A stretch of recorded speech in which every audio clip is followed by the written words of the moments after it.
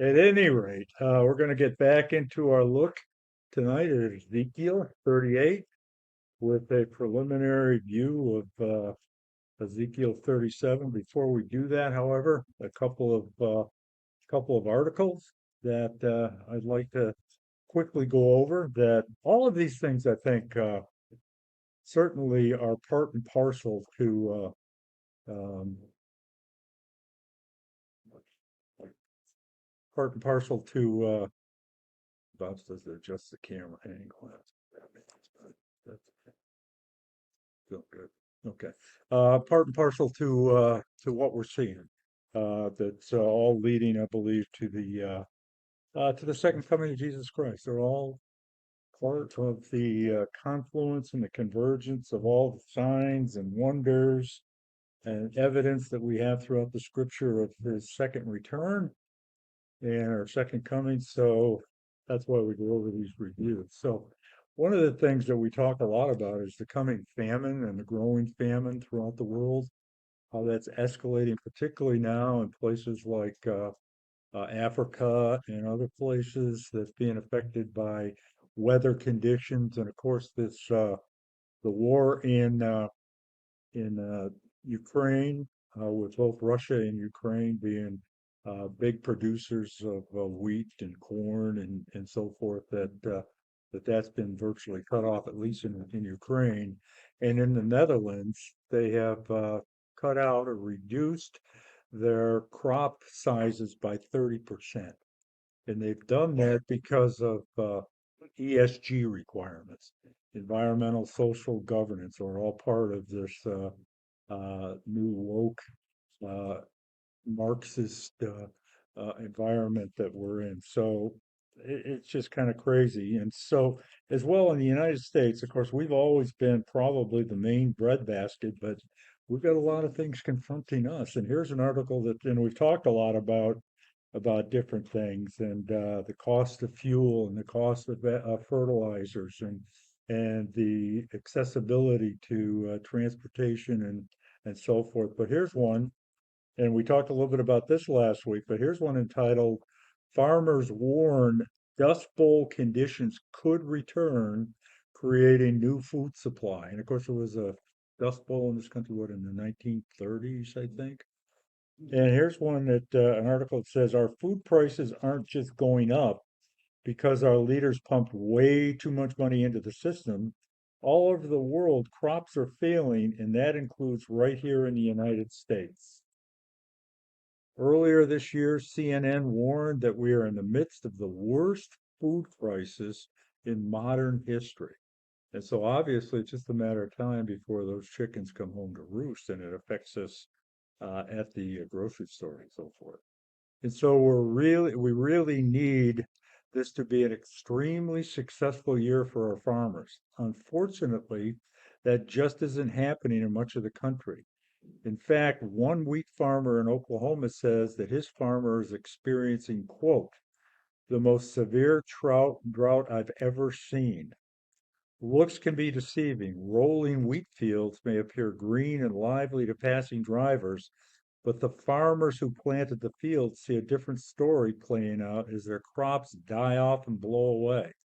We had less than half a crop last year, and we're probably going to have half of that this year.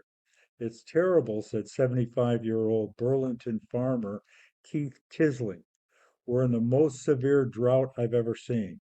Another Oklahoma farmer, 23-year-old Jacob Webster, is actually comparing current conditions to the Dust Bowl of the 1930s. It goes on to say, the good thing is today we've got insurance. Sure, it doesn't do much for the crop, but at least they have insurance to protect them a little bit. But the insurance doesn't pay as well as a wheat crop could make. With last year not being a very good wheat crop, and this year probably not going to be the best, I would expect some people will probably have to fold up. It's going to be tough. I think we're to the Dust Bowl about the same or worse.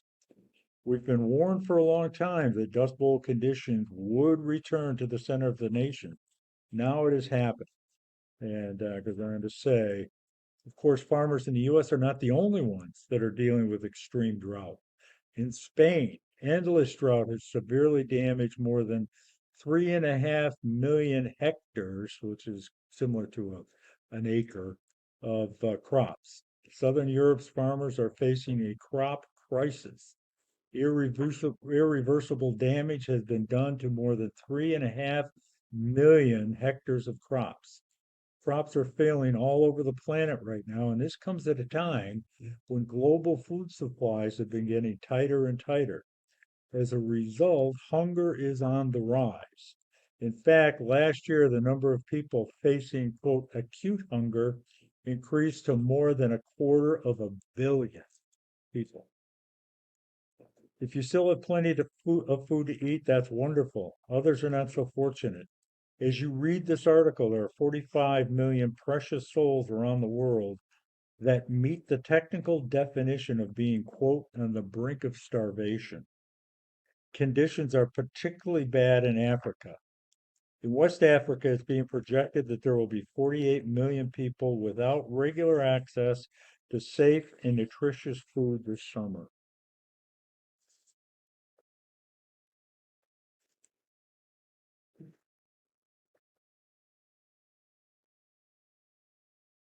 Uh, so at any rate, it goes on to talk about other places that are experiencing the same sort of thing. So this will lead ultimately, I believe, to the black horse that will be revealed at the very beginning of the tribulation, which is famine. So, First experience of was I preached with me. I went to buy some herbs last month, garden herbs, and they were so short in supply. I was told by the supplier that guess what? Incorporated grown seedlings for herbs for cannabis. uh, Versus things that people can write over this side. crazy, crazy, crazy. Yeah, right, right. You know, the reports now about legalizing marijuana, I don't want to get off track, but it's turning out to be an absolute disaster. I mean, who could have seen it coming, right? Yeah, surprise, surprise. But yeah, people that they say it's not addicting, but it's certainly psychologically addicting to a lot of people. So it's becoming a pretty big deal. Okay, here's another one. U.S., and this is something that we probably, and I don't really know what the answer to this is, but my fear is, and I listened to Britt Gillette today, who basically thinks that this is probable, what we're going to talk about now, before the end of the year. And the title of this article is U.S. may freeze bank withdrawals as currency fear rises. Uh, so what we're seeing, obviously, if you're in a small regional bank like the ones that have already failed, uh, the potential for a run on those banks is pretty significant, particularly because a lot of people are afraid of those small banks. They're pulling their money out, putting them in the bigger banks, or they're investing in treasuries where you can get upwards to 5%. And so banks can't do that. And so it's a potentially really serious problem. An expert in economics is warning that the Biden administration may be looking at ways to lock down your checking account, literally ban withdrawals from the banking system. My view is that a lot of what we're seeing with these banks and everything is by design. I really think it is. And I think ultimately what it's going to lead to is forcing us to go to a central bank digital currency because that's going to be an unlimited supply of fiat money, and so that is the big fear, I think. And there's just too many things happening that are so illogical that it has to be by design. Call it the Yeah. dark state, call it whatever you want to call Right. I know you didn't say this word, but to me it's like you said fiat money. What'd you say? it. Fiat money. Oh, you did. Yes, fiat money means it's not backed by anything. Oh, It's essentially worthless. Like our government, in order to meet the demands of our government, all they do is print money. okay. So the U.S. Treasury has so much. That's what we're running into now is what they call a default. They're not going to default, but that's always political jargon, but once that money runs out, then they have to borrow. And we're already 32, 33 trillion dollars in debt.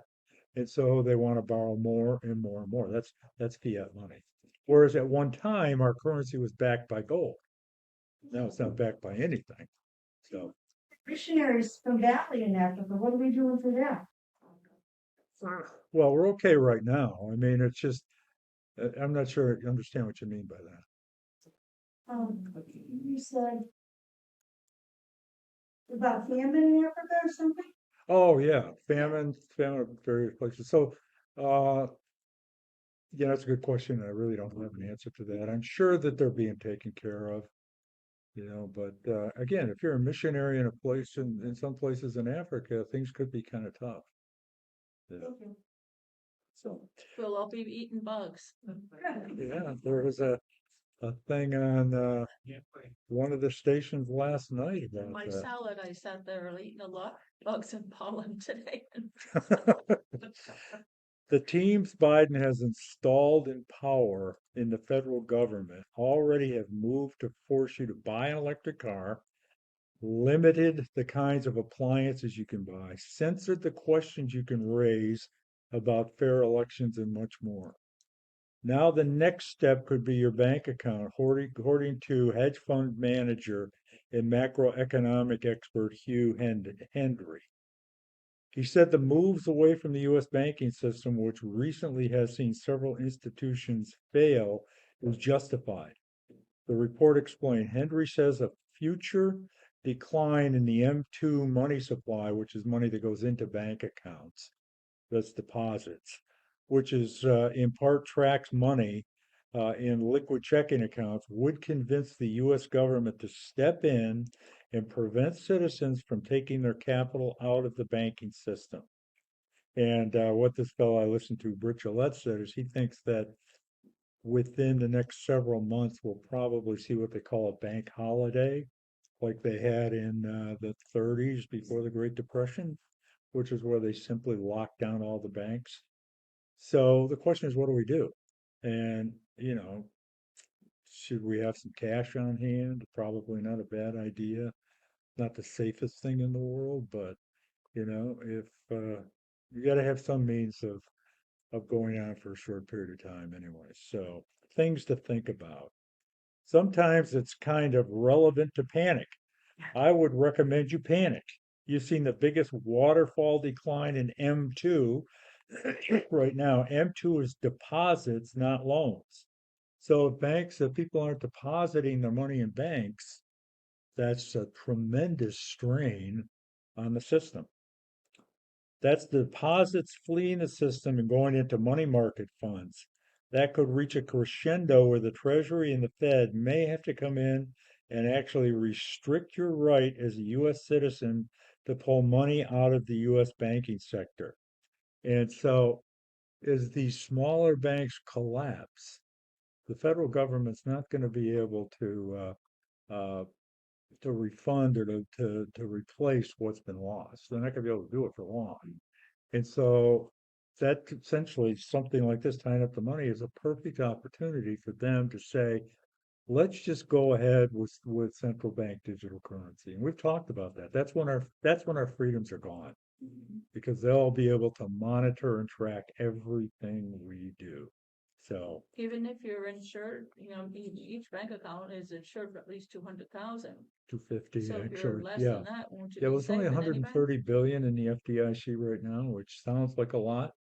But if you had a major run on banks, it should be okay for a while.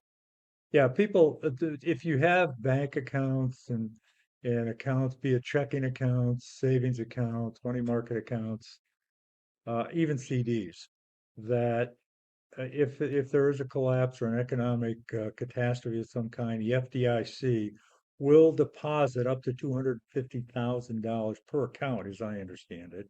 And if it's a joint account, I think it's as high as 400,000, and that's virtually in your account the next day. But it only stands to reason that can only last so long. Well, if they can say that they have the money to insure it, and when that money runs out, then they're bankrupt themselves, so you're not Right. gonna get any more. Right. And And there's so that's why, today, they were talking, on the radio about one thing that they wanna do is do these limits on how much you can collect on rents and to limit how much you can, spend to buy these multi places, these one bedrooms or whatever. They wanna make them all affordable.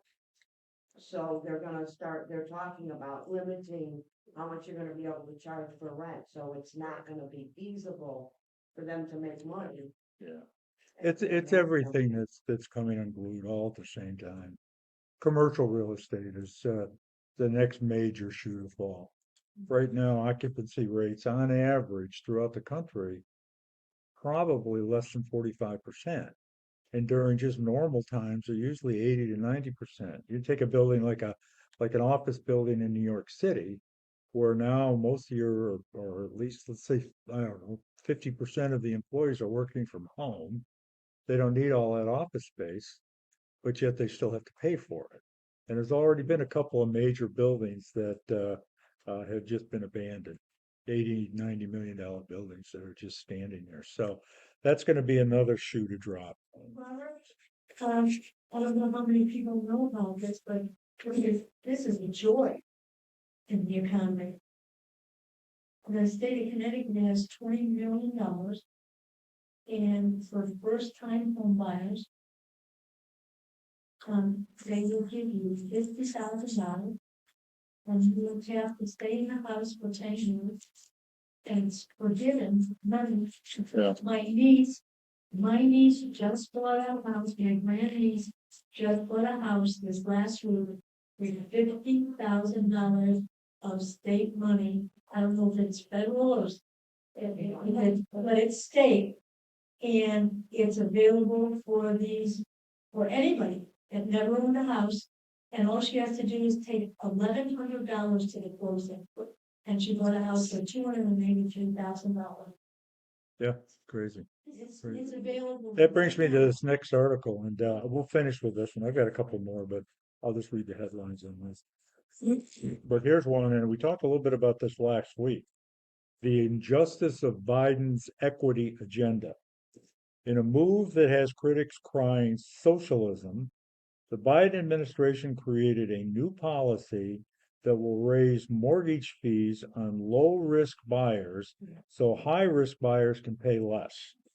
The most affected group, those with credit scores between 720 and 759, which is a very high credit score, who also have a down payment. So if you've got a credit score between 720 and 759 and a down payment of 15 to 20%, would pay an additional $3,200 in fees. Now, that's redistribution of wealth. Well, plain and simple. That's right out of Marxism. Under this scheme, borrowers with good credit will pay more even if they have less money. In a sane world, this makes no sense. We understand that lending money comes with risk and borrowers come with different risks. Someone who has paid their bills on time for the past 30 years presents less risk than a recent high school graduate. But we no longer live in a sane world. We live in a world led by those who want every group to experience the same outcome. They call it equity, equity, equity, equity. That's equal outcomes. That's not equality, which is equal opportunities. Equal equity means that people should all be on the same level. So you could be a regardless of doctor even if you don't pass the test. Right, exactly. And the pilot can fly the plane without passing the test. Yeah, No. we're very familiar with this dynamic when it comes to What merit? very familiar with this dynamic when it comes to categories like race, sex, religion, and the suite of LGBTQ identity categories. Applicants to medical school are rewarded and punished based on their skin color as much as their competency, and male-dominated professions like computer science are seen as evidence of sexism. not evidence that women like different things.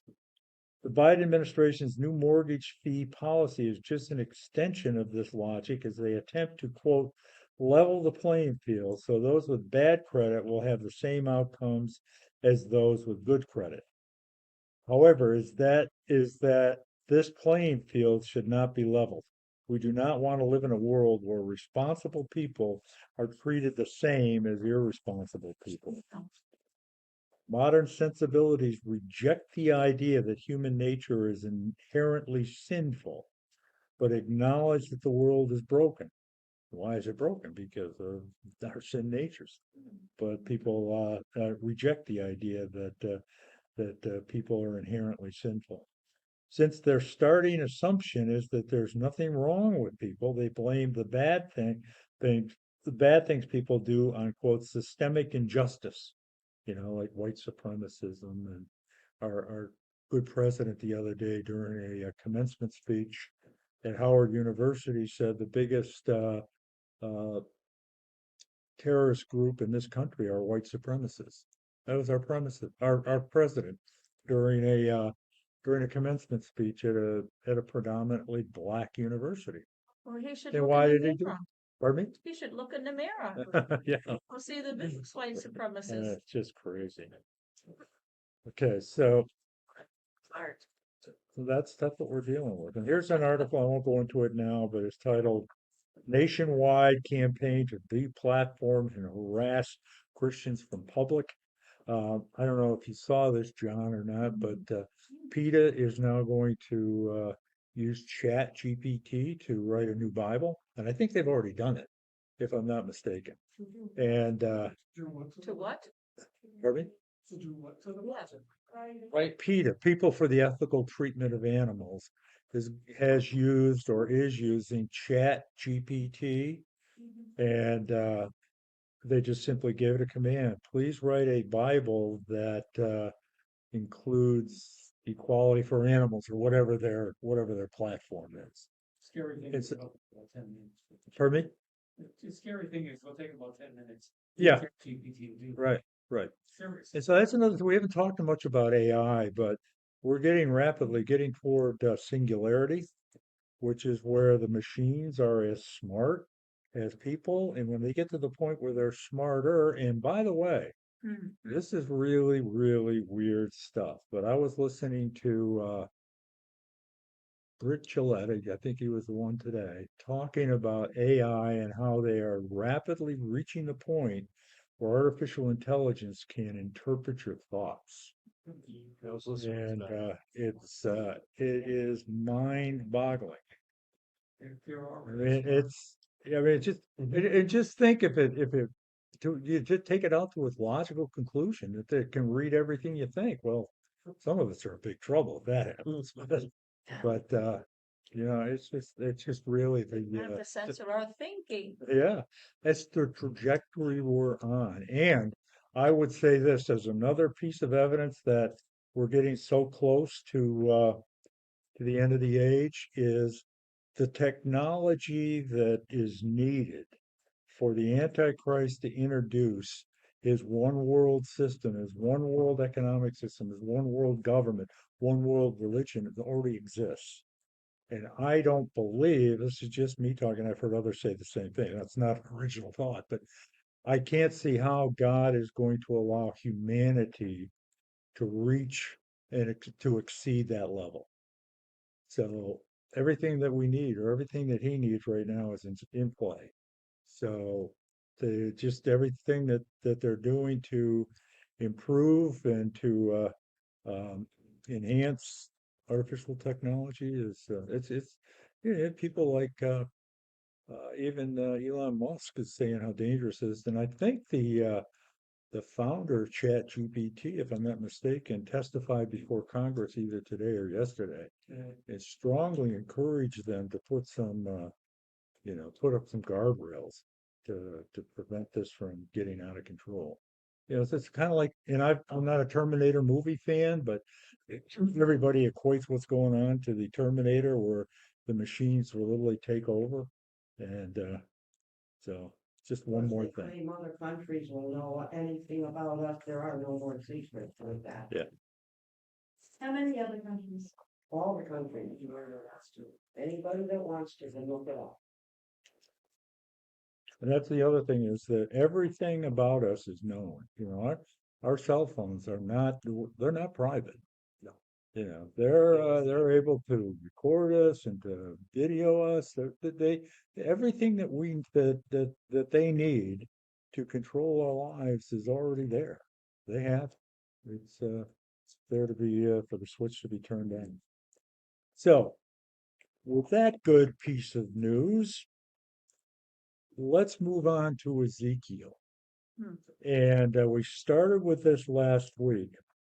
And I want to turn to Ezekiel 37.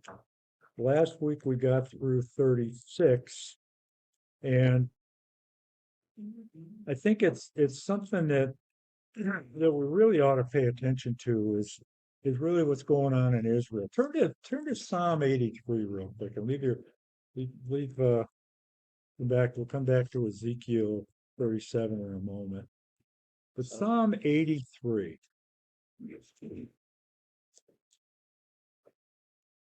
Now, there are those who say that what is written in Psalm 83 is a prophecy about a war between Israel and her enemies. That's not shared by everybody. Just like many of the things we talk about, when we talk about, for example, the 200 million uh, whatever that but will be released in Revelation 9, there are those like Andy Woods that say that'll literally be the kings of the East or a confederacy of a huge military confederacy coming from China, India.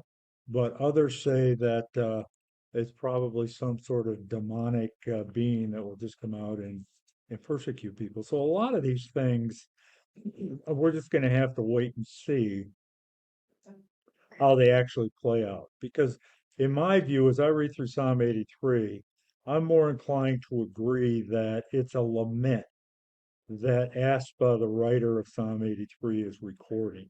And I would further say that Amir states that this, if it was a prophecy, it was fulfilled in 1949 after Israel became a nation. I can sort of agree with that, but not completely because of some of the players that are listed here. But let's just take a look at this. And I think it's significant because we've been hearing lately Israel is literally on fire right now. They're under attack from Hezbollah, which is in the north in Lebanon, from Hamas, from the Palestinian Authority, from the Islamic Jihad, from Hamas, from all of these terror groups. Literally every group around them has been launching rockets lately, and quite frankly, Israel is not a military you want to mess around with because they've got incredible intelligence, and they've taken out a lot of Islamic Jihad leaders. And it's amazing how they can just go right to a building and know right where they are. And they've taken out, I think, about a dozen of these guys. So, but it's happening nonetheless. And as we get into into Ezekiel 38, we're going to see that they are going to be so under siege at the time this attack comes from the north and the south for the Gog and Magog war, that it's literally going to be impossible for Israel to defend themselves, and that's part of God's purpose. But Psalm 83, just as kind of interesting, it says, "O God, do not remain silent. Do not turn a deaf ear. Do not stand aloof, O God. See how your enemies growl." And that's interesting. It's your enemies. So what we see today is they're represented by the nations that are listed here. Um, that these are um, all primarily Muslim people they're talking about today. How they see how your enemies growl, how your foes rear their heads, your foes, your enemies, with cunning. they conspire against your people. Who's your people? Israel, the Jewish people. They plot against those you cherish. Come, they say, let us destroy them as a nation. Interesting that um, they are a nation today. And you have Iran, and we've had other nations over the last 75 years committed to virtually exiting Israel into the Mediterranean Sea or wipe them out of existence. Come, they say, let us destroy them as a nation so that Israel's name is remembered no more. It's never going to happen. We know that because God's on their side. They're going to go through some rough times, and they have gone through some rough times, but they're not going to get to this point. But clearly, this is what is the objective of Iran, of Hamas, Hezbollah, Islamic Jihad, Palestinian Authority, et cetera, et cetera. The Houthis in Yemen are all committed to Israel's ultimate destruction. Remember that Israel, and according to at least some factions of the Muslim faith, is the little Satan. Who's the big Satan? The United States. So they're not only committed to wiping out Israel, they're committed to wiping out uh, the United States as well. Um, with one mind, they plot together. And that's an interesting thing because uh, within Islam, particularly, it's very difficult to find a consensus between groups. They all have those different views. There's the Shias, there's the Sunnis, etc. Those are the two primary sects. But the one thing that many of them, not all of them, but many of them agree on is this hatred of Israel. It's built into their religion. The Shias, for example, they're looking for what they call the 12th Imam, the Mahdi. The Mahdi was a little kid that was hiding in a well back in 600 or so when Muhammad was around, and he's the one that's going to come on the scene. They have their own eschatology and their own end times ideas. And the Mahdi is allegedly or supposedly going to come on the scene and ultimately create this worldwide Muslim caliphate. That's what they believe is going to happen.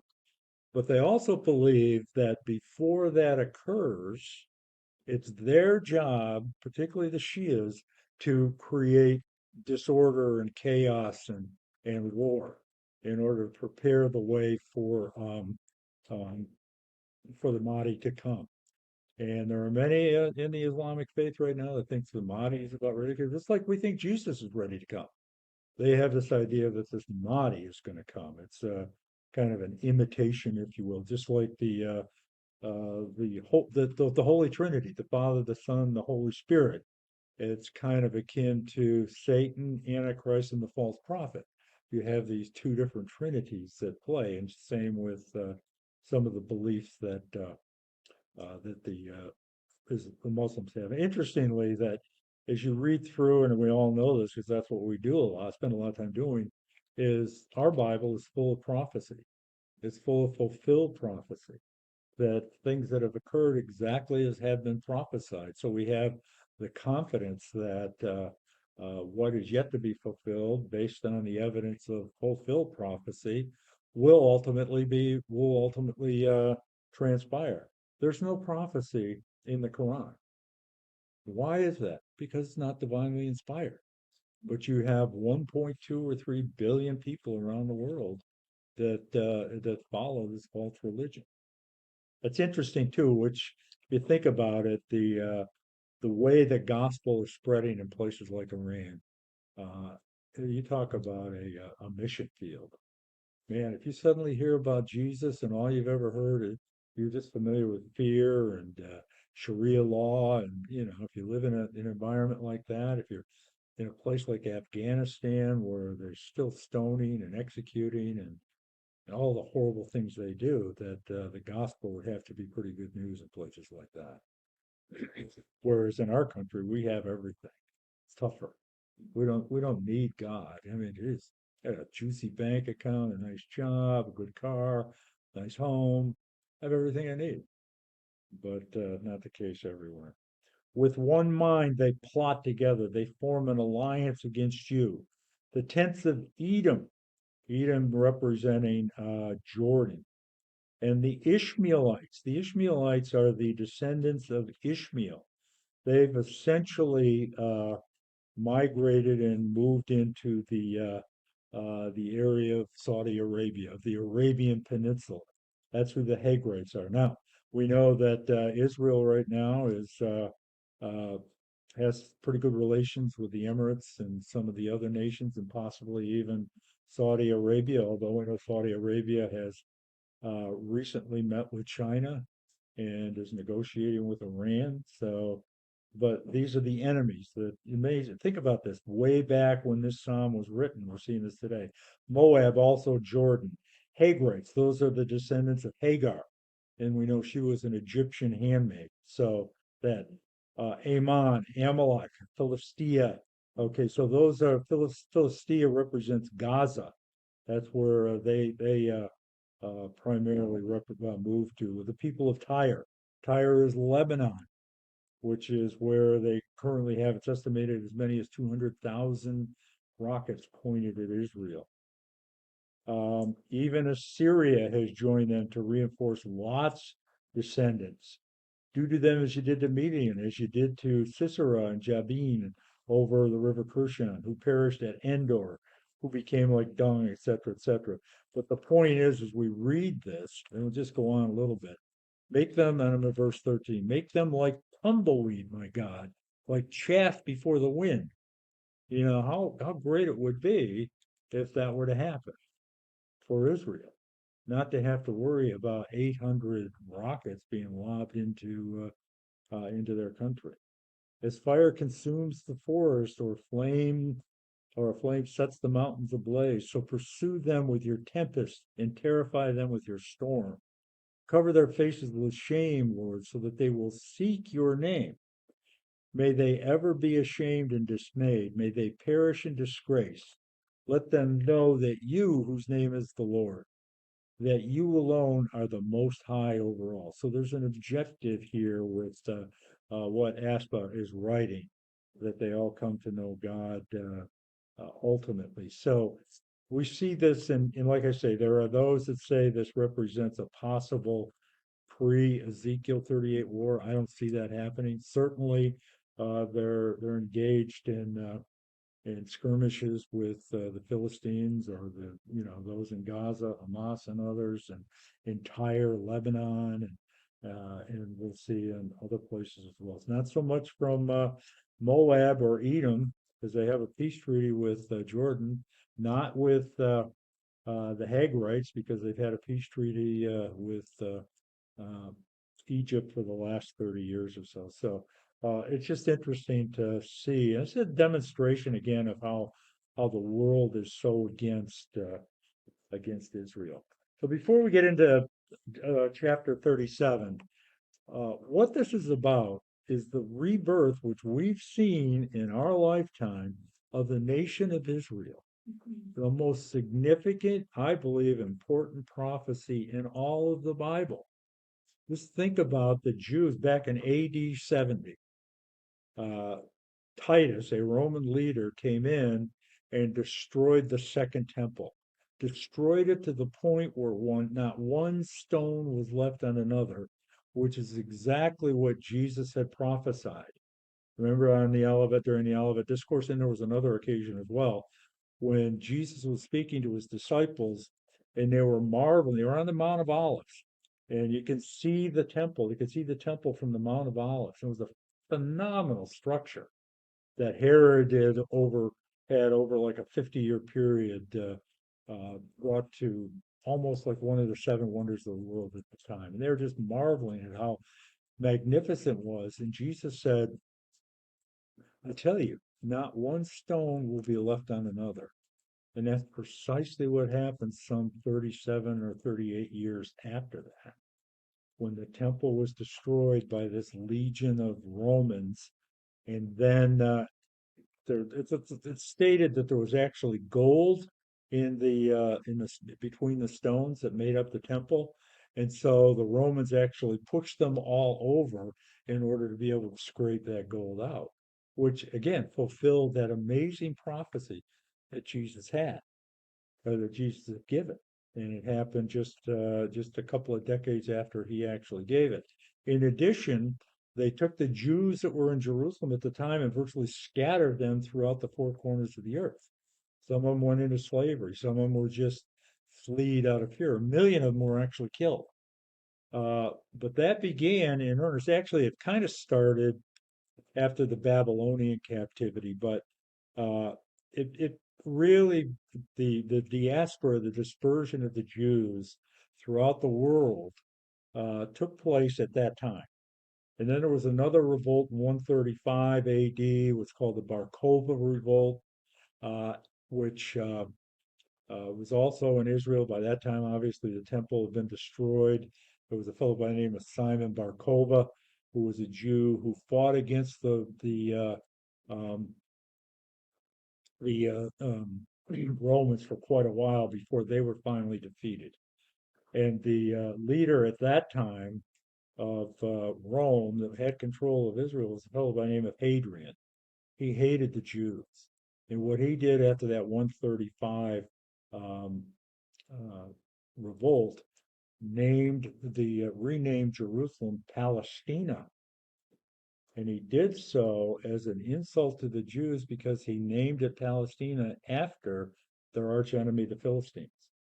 That's where the term Palestine came from this crazy Roman emperor that decided, and then he completely covered over Jerusalem so that there was no remnants left. And so, in other words, they were scattered to the four winds. And God said that would happen all the way back in Deuteronomy and throughout the Old Testament. That God said, I'm going to scatter you, I'm going to disperse you, the land's going to become desolate, the temple's going to be destroyed, etc., etc. Everything that happened to them happened. And they were scattered throughout the four corners of the world. It wasn't until the 20th century, some 1800 years later, when Israel became a nation in 48. That's just less than 1900 years after they were dispersed.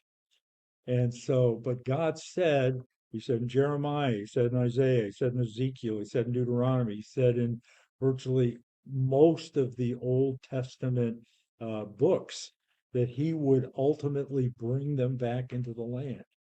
And we're seeing that. We've been seeing it. Right now, 50% of the world's Jewish population has emigrated back to Israel. I mean, it's just an amazing, amazing prophecy. And we said this before, but think about the fact that the Jews, and Jews have, I think I mentioned this last week or the week before, have actually returned to Jerusalem from something like 70 different nations. They've been scattered all over, even to places like Ethiopia and certain far off places in Africa and around the world where they ultimately went. But yet God he preserved them. They never lost their heritage. They never lost their identity, over that 1800-year period. It's fabulous. And so God said, I'm going to bring you back. Well, who are you going to bring back? I'm going to bring back my people, the descendants of Abraham, Isaac, and Jacob, because he said to Abraham and to Isaac and to Jacob, I'm going to create a great nation and I will be their God, and my covenant with them will last forever, ever and ever and ever. And so that's why we're seeing what's going on. But we also know that Israel is going to suffer tremendously and has suffered tremendously. I mean, just look at the Holocaust and the hatred and the anti-Semitism. And it's not just today, it's been going on throughout their entire history. Back in Numbers, I think it's Numbers 23, if I'm not mistaken. Let me see if I can find it.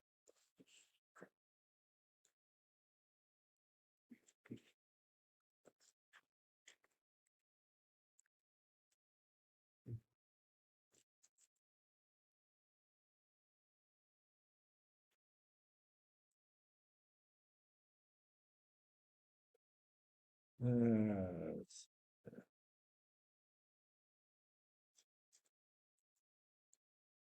okay, Numbers 23. 9. This is Numbers. This is the Torah. This is one of the 5 original books of the Bible. It says, Moses writing under the inspiration of God, from the rocky peaks I see them. From the heights I view them. This is a reference to Israel in the future, the Jewish people. I see a people who live apart and do not consider themselves one of the nations. Now think about Israel today. You know, so they've got some relationships, but even the relationship they have with the United States is deteriorating significantly. We've turned against Israel, which is one of the reasons why we are in tremendous decline. It goes on to say, who can count the dust of Jacob, which references the descendants of Jacob, or number even a fourth of Israel. So what he's saying here is there's going to come a point in time when you're going to feel as though you're a nation all by yourself with nobody to defend you or no friends or no allies. Exactly what has happened to Israel throughout history. That's way back in the book of Numbers. But yet we find that he's going to bring them back. So Ezekiel 37, let's just go through some of this because this is 36 and 37 are just, and I mentioned this last week, just such amazing chapters. And it's so precise. And I'm just going to go through some of this, but it starts at the beginning. The Valley of the Dry Bones is the title of this chapter. The hand of the Lord was on me, and he brought me out by the Spirit of the Lord and set me in the middle of a valley. It was full of bones. So here's a picture of this big valley, which represents the nation of Israel. Dead, just completely dead. All the people are gone. They're just become totally desolate. It's a picture. And then down in verse 3, God asked me, Son of man, can these bones live? And this is obviously a metaphor for what's going to happen. I said, Sovereign Lord, you alone know. Then he said to me, prophesy to these bones and say to them, dry bones, hear the word of the Lord. So here's these dry bones. Just picture this big, desolate, desert-like area, just covered with dried out bones. This is what the sovereign Lord says to these bones. And this is what we always have to think about. Notice the pronoun I. It's always I will make breath enter into you and you will come to life. So, in other words, God is going to restore the nation of Israel. He's the one that's going to bring them back. He's the one that's going to put the breath into them. I will attach tendons. So now these dry bones have tendons to you and make flesh come upon you and cover you with skin. I will put breath in you and you will come to life. Then you will know that I am the Lord. Interesting that I'm going to put the tendons on you. I'm going to bring you back to life. And then at some point later, you're going to know that I'm the Lord. You see, Israel, as we go into Israel, in order for Ezekiel 38 to be fulfilled, which we're going to talk about, Israel has to be back in the nation, has to be back in the land. That condition exists today. But they're coming back in what we call unbelief. They're not yet believers in Jesus Christ, but they will. And that's really kind of what we see here. Then you will know that I am the Lord. So I prophesied as I commanded. And as I was prophesying, there was a noise, a rattling sound, and the bones came together, bone to bone. So Ezekiel is looking well into the future, into our time. I looked, and tendons and flesh appeared on them, and skin covered them, but there was no breath in them. Then the Lord said to me, prophesy to the breath, prophesy, Son of Man, and say to it, this is what the sovereign Lord says, come, breathe from the four winds. That means the four corners of the earth. So I'm going to bring you back from the four corners of the earth and breathe into these dead, slain bodies that they may live. A picture of the Jews that have been dispersed. Down to verse 12. Therefore prophesy and say to them, this is what the sovereign Lord says. my people, I am going to open your graves and bring you up from them. I will bring you back to the land of Israel. This is the second time that he's returned them to Israel. It happened after the Babylonian exile. And now he's promising here that he's going to bring them back to Israel. As we've noted many times, what does it say in the book of Amos, chapter 9? Once he brings them back the second time, they'll never be dispersed again. And so I was listening to Amir the other day giving a sermon to some folks. I think he was in Germany or someplace. And he's going through some of these things, and he says, whether you want to believe it or not, now you're stuck with Israel. They ain't going away. You know, they're going to try. That's what we just read about in Psalm 83. Then you, my people, will know that I am the Lord. Okay, then after I bring you back, then you will know. When I open your graves and bring you up from them, I will put my spirit in you and you will live. I will settle you in what? Your own land. The land of Israel belongs to the Jews. It doesn't belong to the United Nations. It doesn't belong to the European Union.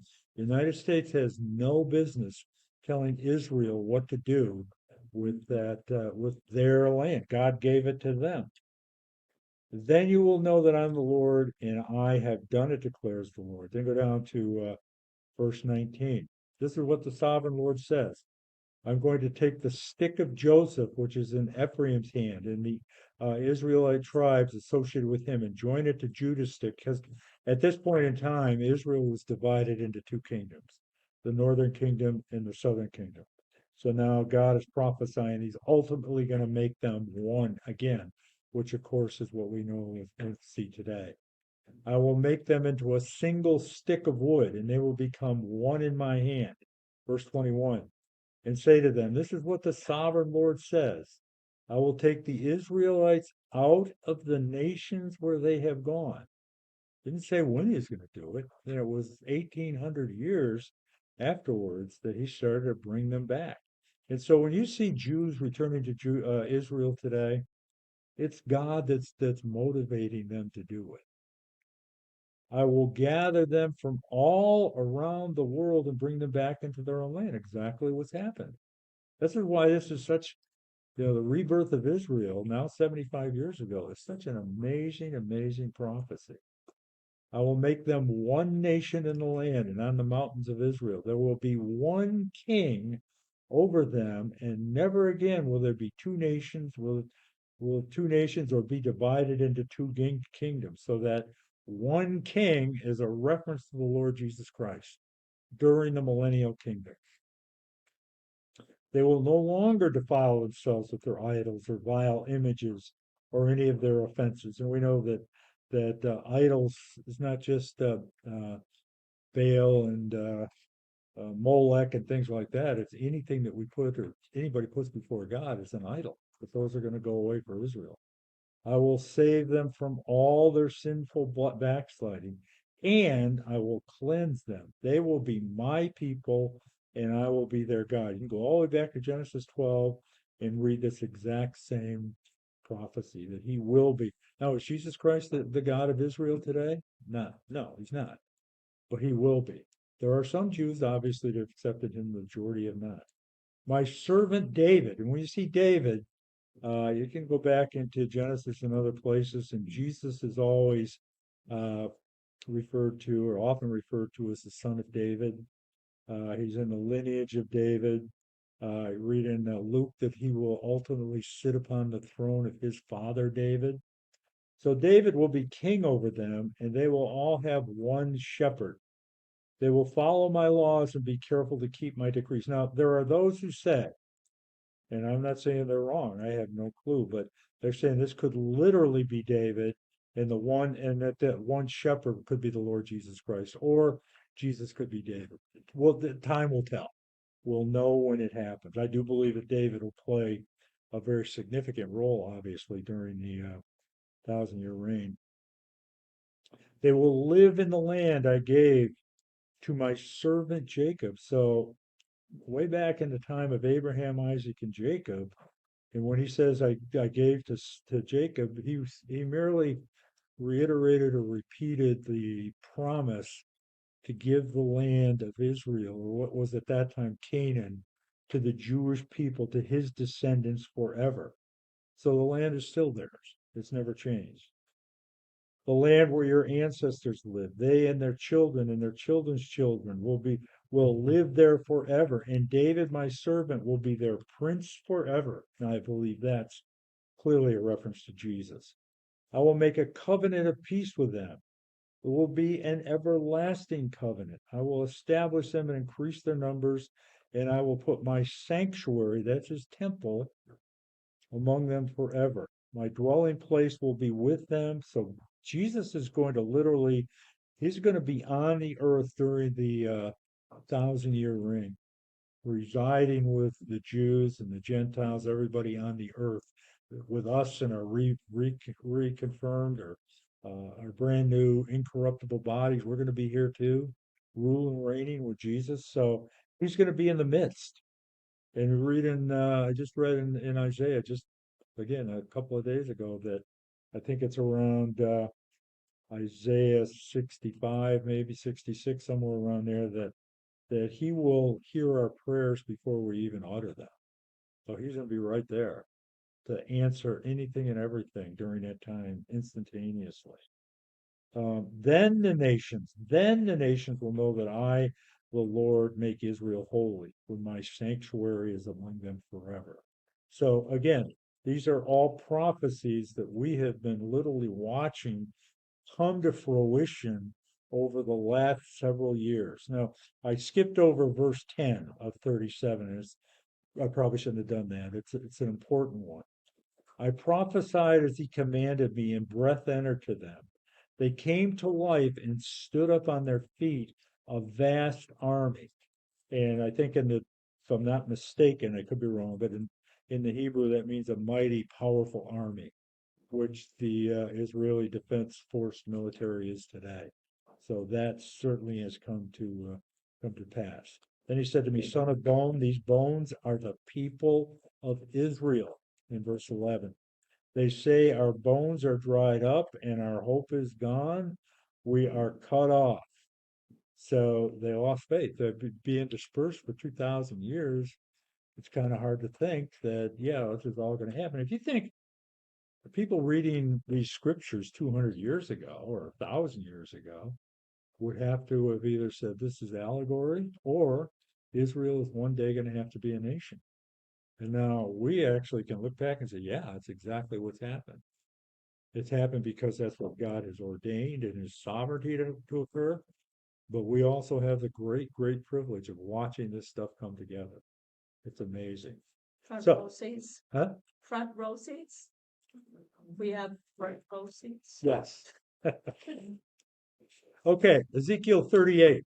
So what are we talking about? First of all, I heard a sermon the other day, and I want to just clarify. I won't say where it came from, but I think there was a little confusion because we see this term Gog and Magog used twice in the Bible. It's not the same event. They're two separate and distinct events. We see what is referred to here as Magog and Gog, an event that is being set up and will be playing out in the very near future. This is an attack against Israel primarily from the north. But then if we look in Revelation at the very end, I think it's in verse 20, if I'm not mistaken. Verse 20, starting in verse 7, when the 1,000 years, so this is the end of the 1,000-year millennial kingdom. Satan, who has been chained and thrown into the abyss for that entire period of time, is going to be loosed for a short period of time. And he's going to be released from his prison and will go out and out to deceive the nations in the four corners of the earth, Gog and Magog, and to gather them for battle. In number, they are like the sand on the seashore. This last battle is when Satan is loosed He is going to gather all of those, you got over 1,000 years, who knows how many billions of people could possibly be on the earth, and there will be people that go into the kingdom, to the millennial kingdom, who are alive at the time. We read about that in Matthew 25, the sheep and goat judgment. The sheep, those that survive the tribulation, will enter into the tribulation, and they will propagate and have descendants throughout that 1,000-year period. And as we read in again in Isaiah and other places, they're going to have long lives, but they're only going to have upwards of 100 years or so to accept Christ. And it's surprising that even without Satan's influence, which is going to be the case during that 1,000-year period, and with Jesus ruling and reigning in perfect righteousness, there still be people that rebel against him. There still be people, even during that time, that will say, no, I don't accept you as my Savior. And so at the end of the tribulation, all of those people that have taken that stance, surprisingly, Satan's going to be loose. He's going to gather them together for one last attempt to defeat Jesus himself. But you see that this Gog and Magog, point I want to make is it comes from the four corners of the earth. This will be an attack on Jesus in Jerusalem from virtually the four corners of the earth. Also reference Gog and Magog. And the reason for that is that Gog symbolizes a spiritual name or a title, not a person necessarily, but a title. And so this is different from what we read about in Ezekiel 38. So let's go back to Ezekiel 38, and we'll see that unlike the end of the tribulation, where they come from the four corners, this attack will come. You can take, and I think if you have the notes at the very back of the package, I've got a map. It's not a very good map, but it kind of shows what's going to happen. And we'll get into the details when we read the text. But this map shows the nations that are going to attempt to attack Israel at some point in time. You have the very red up at the top, which is Rosh. Now, as we go through this, Rosh is listed in many of the translations, but not in my NIV. But Rosh is often referred to as Russia. And then Magog are the old Soviet republics that will be a part of this confederacy. And then we have Turkey, and we'll see how this all comes into play. That will be a part of this confederacy, and Iran or Persia. And then along with them, Put, we know who Put is, that's Libya, and then Kush, which is essentially Sudan. I don't believe it's Ethiopia, but it's the Sudan. So you think about this, with the exception of Russia, although some of the Kazakhstans and different areas there are largely Islamic, the Rosh itself is not, but all of the others are Islamic nations. These are the nations that Ezekiel was prophesied under the inspiration of God that will attempt this attack at the end of the age. So two different Gogs and Magogs. We're talking about the one, and I'm going to suggest that this Gog and Magog invasion that we're going to study here is in the stages, and I think at least the mid, if not late stages of development. It could happen at any time. The one thing that's kind of slowing it down now, I believe, is the Ukraine-Russia war. Russia is committed and involved in that. But at some point in time, they're going to turn their backs and they're going to come against Israel. So this is before the millennium. So what's the big fight at the end of the millennium? that's when Satan is loosed. Yeah, is that Armageddon? No, Armageddon is during the tribulation. Okay, so I We have thought, during the tribulation, Jesus comes back, destroys right, the nations and the troops that are involved in Armageddon, going to kill them and wipe them out. And then he's going to set up his kingdom for 1,000 years. Okay. Millennial Magog and kingdom. Magog is at the end of millennium. That's the end of that. Okay. Okay. After that, we have the white throne judgment, Yeah. and then the new heavens and new earth. That's what often it's called the eternal state. Yeah. Okay. So 38, and again, this prophecy was given to Ezekiel roughly 2,700 years ago. And the nations that are outlined here were just simply tribes at the time. But yet Ezekiel sees a time when they're obviously uh, powerful nations, if you will. So let's just go through and see if we can make some sense out of this. The word of the Lord came to me, Ezekiel, son of man, set your face against Gog. Now, Gog is a leader. It's kind of like a prince or a pharaoh or a vice president. It's a title. It's a title of somebody that's in charge of the land of Magog. And if you look at this map, you go up to Magog, that's part of Russia. And in the King James, it includes Rosh, which is Russia. So Gog, this leader, is a leader of what we currently would call the old Soviet Union or Russia. So Gog is a leader of what we know to be Russia. And so a lot of people say, well, is Putin God? Could he be? Well, he certainly could be. If he's not, as everybody says, he's certainly Gog-esque, because this Gog is a very evil person, and he is going to lead this confederacy. And we'll have time will tell whether it's Putin or somebody that comes after him. We just don't know. The word of the Lord came to me, son of man, set your face against Gog, this leader of the land of Magog, the chief prince of Meshech and Tubal, prophesy against him and say, this is what the sovereign Lord says. I am against you, Gog, chief prince, and in some translations it says Rosh. Mine doesn't.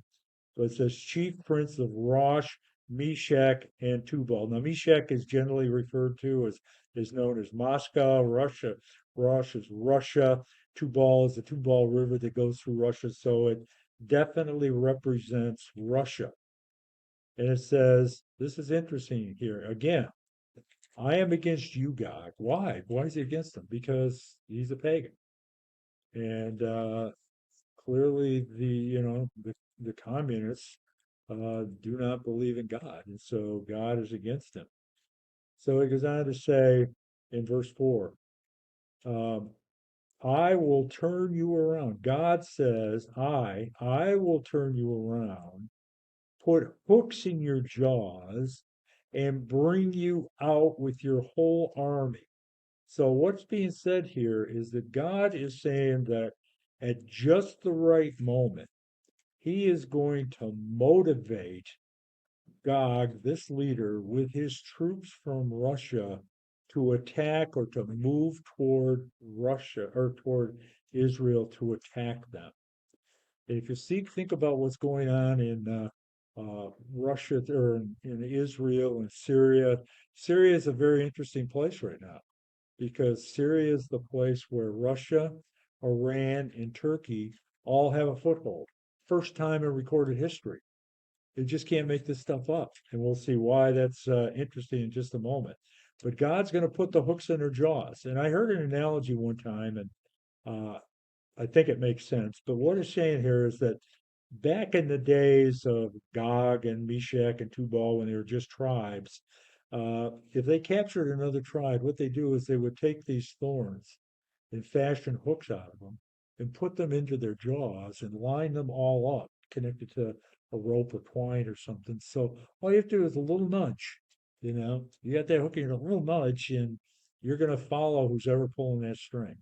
So that's kind of the metaphor that's being used here, that God is going to motivate this guy, Gog, the prince of Meshech and Tubal. I will turn you around, put hooks in your jaws, and bring you out with your whole army, your horses, your horsemen, fully armed, a great horde with large and small shields, all of them brandishing their swords. So obviously the weapons and the horses are what was in effect at the time. It would be different today in terms of military invasion with today's troops.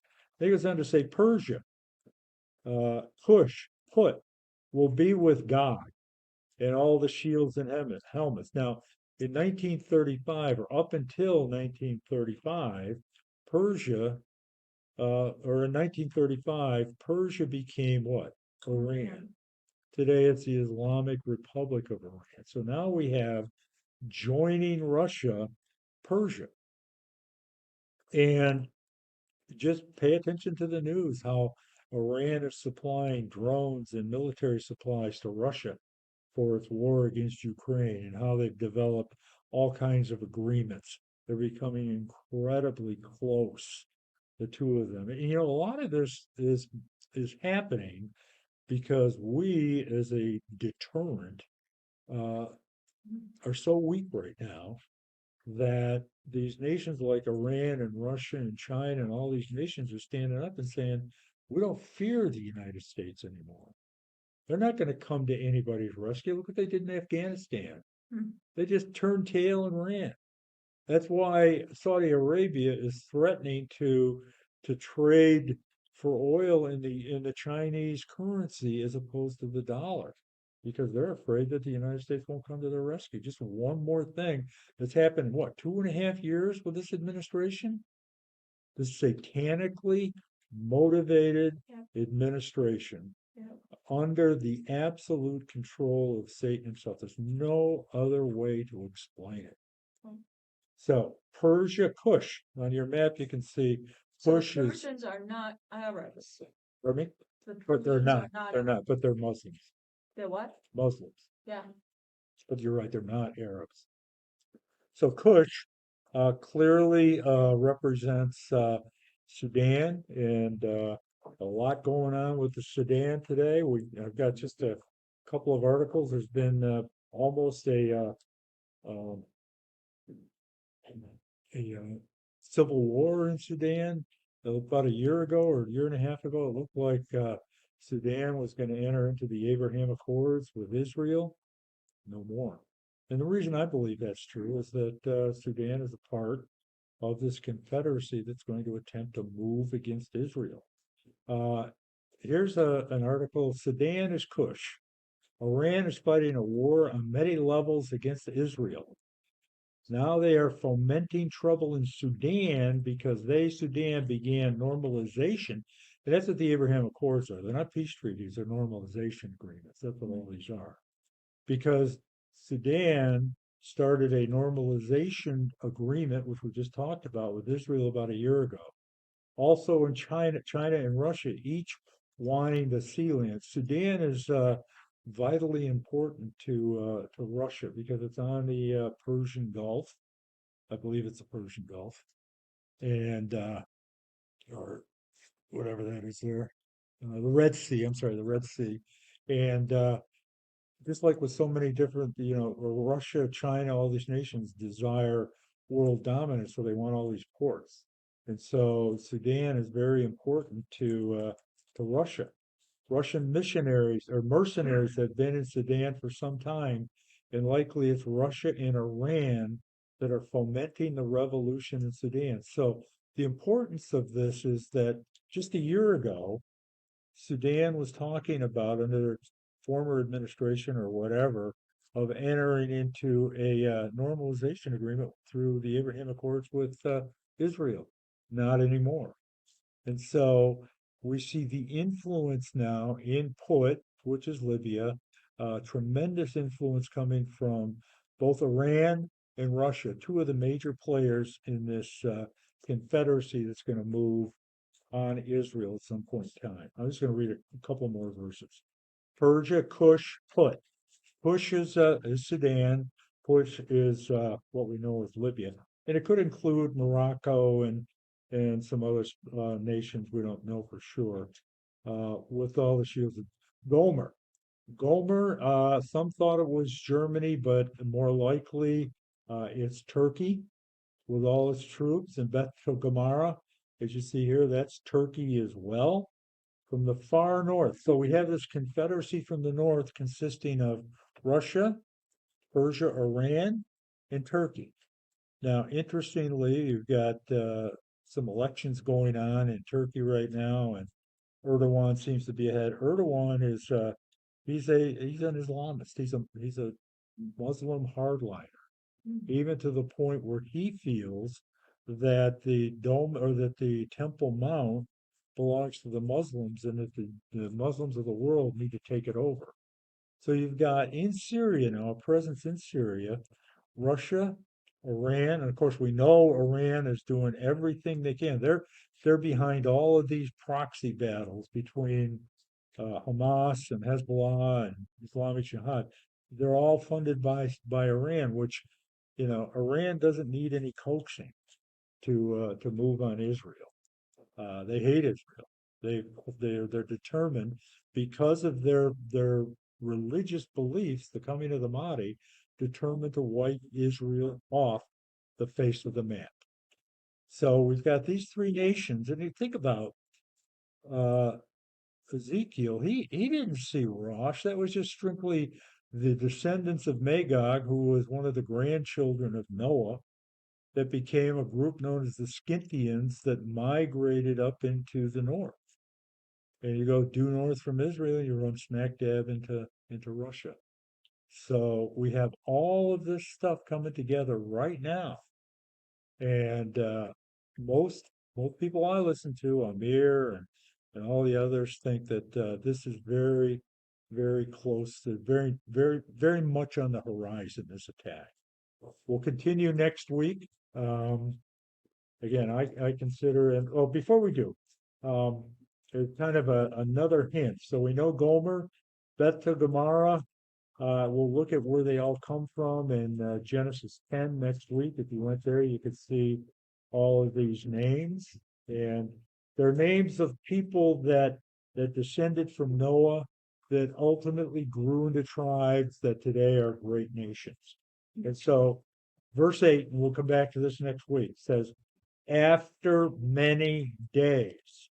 This prophecy was not meant for Ezekiel's time. This prophecy was meant for the end of the age, the end times, after many days. The day, if we're in the end times, this event is going to happen. We're in that time. It could happen at any time. You will be called to arms, speaking to God. In future years, you will invade a land that has recovered from war. Is Israel recovered from war? War after war after war after war, whose people were gathered from many nations to the mountains of Israel, which has long been desolate. They had been brought out from the nations, and now all of them live in safety. Now, some people like to say peace and safety, but none of these verses say peace. They're not living in peace, but they're living in safety. And I think that the majority of Israelis would say they feel pretty secure with their military, and everybody says, well, it's just too dangerous to go to Israel right now. Well, it's a lot more dangerous to go to Chicago than it is to go to Israel. Israel is very safe. I mean, you don't go down the streets without being protected by a member of the IDF. So it's very safe. It's going to change. That'll change with time, but not until after, I believe, the rapture. So right now, it's a very safe place to be. So they believe that they're living in security, that they are secure. And clearly the land has been desolate for many, many years. He's bringing the people back. So again, Ezekiel 38 is on the cusp of being fulfilled, but it couldn't be fulfilled until Israel is back in the land. That was an absolute prerequisite. And that's what we've been watching for the last 75 years. So more on this next week. We'll get through this with pretty good ease, and then we'll move on from there. Any questions, comments? Excellent job. Excellent job again. Thank you. Okay, let's just close in prayer. Father, we just thank you for your word, Lord, to be able to live in a time when we're watching your prophetic word being played out is just it's a privilege, Lord. it's a privilege, it's a joy. Granted, we live in difficult times, but as you tell us in your word, greater is he that's in us than he that's in the world. The enemy cannot hurt us, cannot destroy us. He can needle us and oppress us, but uh, our calling and election has been made sure. It's been made sure by the blood of the Lamb, by Jesus, who took upon our sins that day 2,000 years ago. When you, Lord Jesus, went to that cross, you were nailed to that cross. You died. You rose again, and we've acknowledged our sins. And so, Lord, and that you died for those sins. And so, Lord, give us the energy and the wisdom to be able to tell others about you, to do so freely and not be concerned about image or whatever might get in the way. And so, Lord, I pray for everyone here. Bring us back next week safe and sound. And we look forward to further examining this amazing, amazing prophecy, particularly as we can see it just coming together today. We do so in Jesus' name. Amen.